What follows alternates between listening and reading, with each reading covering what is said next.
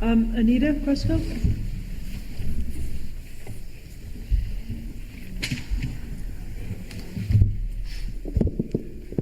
Short person. Hi, I'm Anita Cresco, and I live on 32 Ross Drive. I'm kind of glad we're talking about a lake because I think a lot of this information is a little bit like skipping a stone across the top of it. So I hope everybody really takes the time and takes the effort to read through the engineer's report to get a little bit more information that's a little bit more in depth. A couple of questions. First question is on the petition process and the maximum amounts. Now, within the petition, there are some indications where it says that there's a maximum amount of $100,000 for pre-formation studies. There's a maximum amount for approximately $1.3 million for construction and professional fees. But then it says a budgeted amount, $54,500 for operation and management. So with this distinction, when you're talking about the maximum amounts, aren't you really talking about the construction amounts? And then when you get to the operation and management, you're talking about the budgeted amount. Because also within the petition, as you referenced, this district is being set up by the Article 12 of the Town Law of the State of New York. 202-A within that law says that the town is going to become the managing entity for the district. Is that correct? Yeah, the town board are the commissioners of the district.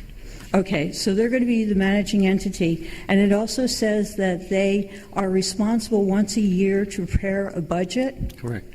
Okay, so the town, as the managing entity, is going to have a certain level of responsibility. Water quality, safety, et cetera, et cetera.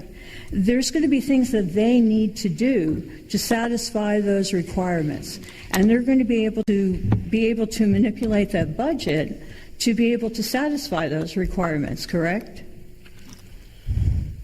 The amounts in the petition are first-year amounts. That's what the state controller looks at. Now, obviously, an O&M budget doesn't remain static for 20 years. It can increase and that can decrease. Where I've seen this work, of the formation of a park district, the town boards in those towns have also created an underlying committee of residents of the district to help advise them on keeping that budget under control. So a citizens committee is generally an integral part of how these park districts prosper. Right, understood. Bottom line, though, is that the town has the responsibility as the managing entity. By law. And so they've got to do kind of what they've got to do. And I think that's a good clarification so people know that that is the first year estimate of that operation and management budget. And then that will be determined on a yearly basis. It's not an estimate, that's the maximum. The it maximum, can be less.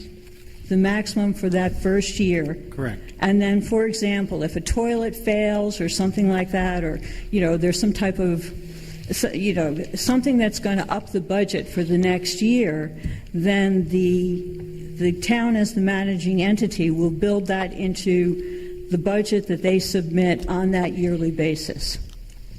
Which goes to a public hearing. Mm-hmm. The same way that the town budget goes to a public hearing, mm-hmm. and anyone who's affected by it has every opportunity to come and voice their concern or their opinion mm-hmm. as to the formation of the budget and the line items that they might object to.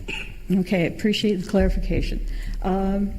The other question that I had is that you had said that the Clean-Flo system is accounted for in the budget. I'm not sure under what line. I couldn't find it. Aeration. There is an aeration line. If you look at line 8 under the O&M budget, there's an aeration system maintenance cost identified at $2,500 per year. That's the maintenance cost. And you're right, there is not an individual line item in the capital budget. But that's the part that I was missing. I saw it. There's not an individual line item, but we have accounted for it in these numbers.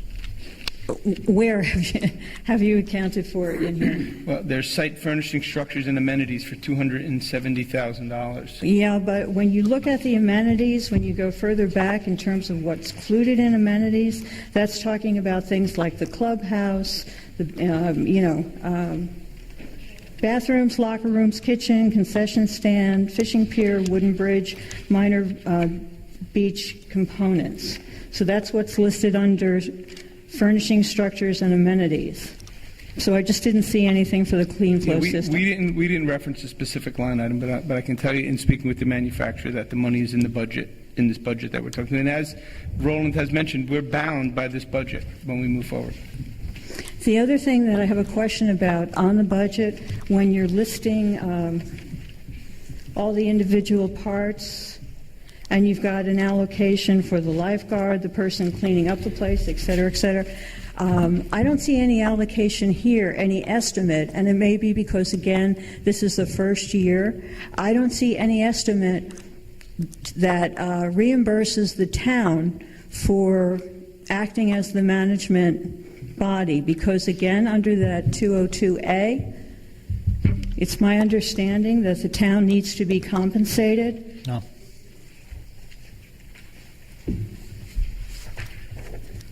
I've never seen that done in any district that I've been counsel to. Okay, expensive maintenance. After the improvement is constructed and completed, it shall be maintained by the town board, and the expense of such maintenance shall be a charge upon the district or upon the lots or parcels of land against which the expense of the improvement was charged. Yeah, but that's the maintenance of the district. Yeah. That's the actual stuff that, like, if